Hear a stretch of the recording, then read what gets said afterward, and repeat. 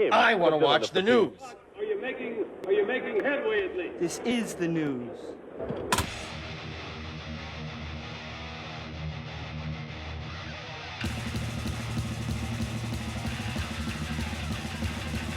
Schmack-a-magub, it's time for the only news that matters. And most time when a musician is asked to try out or join forces with an already established artist, an audition is arranged, or their respective managers iron out all the details beforehand. This appears not to be the case when David Lee Roth enlisted Billy Sheehan to be the bass player in his first ever solo touring band in 1985. During an interview with Scott's Bass Lessons, Sheehan recalls how Roth's camp first reached out to him and how they used a cover-up story to prevent any rumors from spreading. The David Lee Roth office wanted me to come out to LA and be in the movie, Sheehan recalls. And I was like, what? So I went out there and I didn't know what the heck was going on. So sure enough, I went over and had a meeting with David Lee Roth at his house. And he said, well, the movie is just kind of a cover story. I'm going to start a band and I want you to be in the band. And we'll go find a guitar player. We'll go find a drummer. But this is how it's going to start, right here. But there was one little rule that Sheehan had to obey. He said, only on one condition. You can't say anything to anybody. So I had to do the whole tour with Talis and Yngwie every night going, this is the last night I'm playing with these guys. So rumors started to leak eventually. Looking back, Roth's initial reason for meeting with Sheehan is somewhat true. He had signed a deal with CBS Theatrical Films to film a movie with the same title as his 1985 solo EP, Crazy from the Heat. However, the company went out of business before work could begin on the project, resulting in Roth focusing solely once upon his musical career, which eventually led to the classic Eat 'Em and Smile EP. That EP musically buries anything Vangina has ever done. I threw that part in. So yeah, not a lot of news out there, my friends. So yeah, I thought I'd fill you in on this little thing. Diamond Dave said to Billy Sheehan, hey, you know, you can't tell anything to anybody and you're in the band. And what a band. What an amazing band that was. I got to see them 2 nights. They played 2 nights where Vangina only played 1 night, by the way. 2 nights at the Hollywood Sportatorium with Cinderella opening, and that band was lethal. I mean, David Lee Roth, I mean, the whole thing. I will say this, and this is no way to slag the Eat 'Em and Smile tour. I'm not.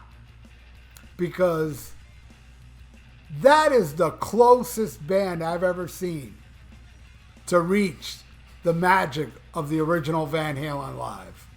It was, I love Steve Vai, but it wasn't Eddie Van Halen. There was a thing.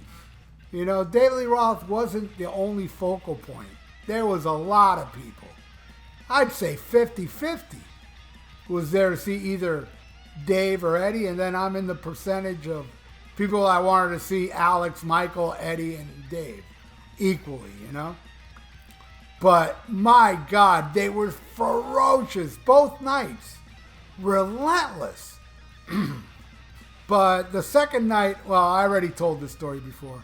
I did see the first night. I was there the second night, and I got sick, and I passed out, and I ended up in the drunk tank. So I didn't see the full Eat 'Em and Smile show the second time around. But man, that first time was ferocious. The set list, killer classic Van Halen, like On Fire. And, you know, and then the amazing songs on Eat 'Em and Smile. Tobacco Road, Elephant Gun, Shy Boy. They opened up with Shy Boy. That was Dave, man. Right at. That's the last amazing David Lee Roth performance I saw. Every performance after that, Skyscraper, Little Ain't Enough. I even saw Your Filthy Little Mouth in a club. Then, I saw him several times after that. It was kind of a different Dave. It was gradual. By the time Your Filthy Little Mouth came out, it was a completely different Dave. During Skyscraper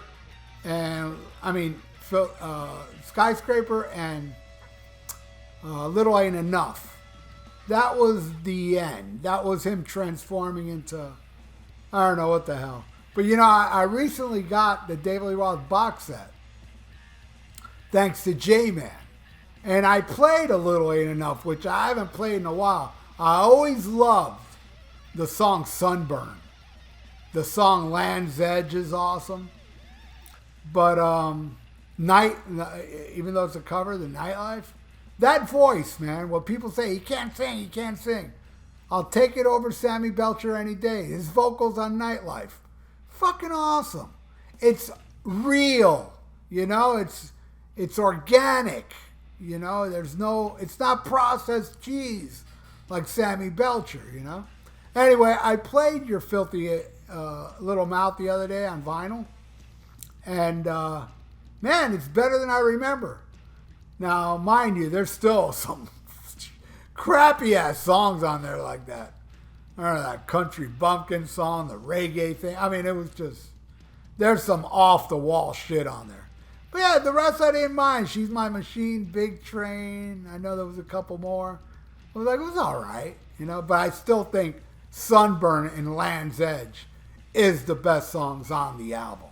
But man, going back to Eat 'Em and Smile, man, that album is just amazing. Rips. I'm going to play it after I do this news report. It's been a while. And I'll never forget, man, the world premiere video of Yankee Rose.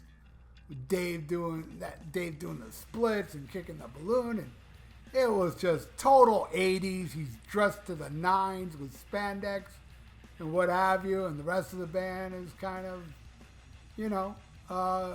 shimmery, but it was awesome. I'm looking at this video, I'm like, holy shit, guess who's back in circulation? See, that was the time. You cannot recreate that time. That whole thing with the grocery store, and not in my store, you don't. And people wouldn't find that funny now.